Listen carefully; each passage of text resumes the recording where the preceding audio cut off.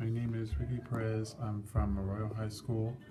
I graduated in 2014, and this is.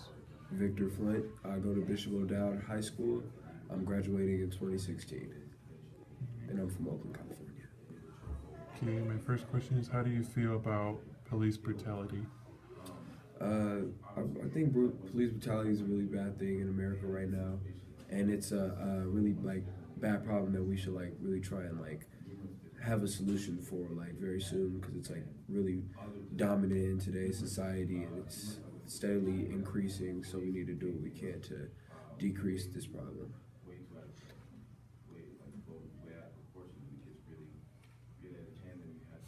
How were you affected by police brutality?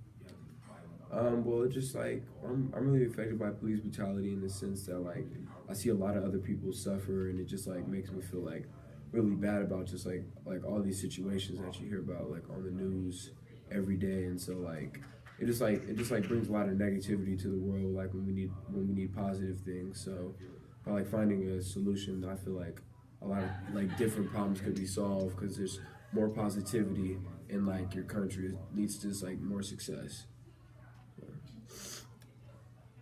When you think of police brutality, what is the first thing that comes to mind? No justice.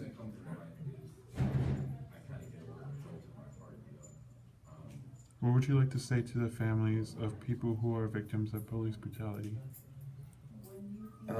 What I would say to the families of people who are victims of police brutality is that I'm really sorry, and it's just it's nothing you could have done to prevent this problem. It's nothing against their children. It's just something right now in our country that's really hard to fight, and it's really unfair. But if we all work together to try and establish solutions, and play, and we just come together and we try and play smart, I feel we can really solve this problem.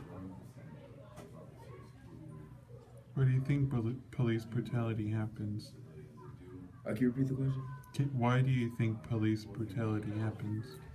Well, I think this problem just police brutality, I think it just happens because it just dates back so far in our country's history through slavery, which is what we were founded upon basically. So it's just through generations and generations, racism and unjust treatment has carried on until today, and just the platform that it's being expressed on is through police brutality and different areas of that sort of category. So I just think that police brutality is an origin of something that was established hundreds of years ago.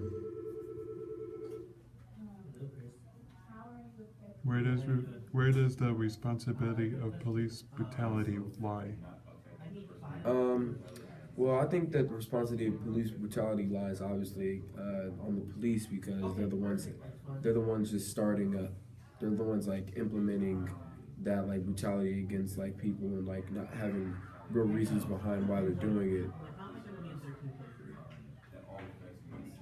Have you ever been racially profiled by law enforcement? I haven't.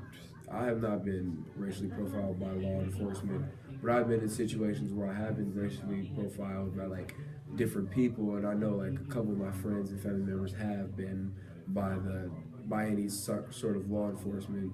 And it's just a really sad thing, racial profiling, because not everybody is under that stereotype. So it just makes me really sad about that whole scenario and situation.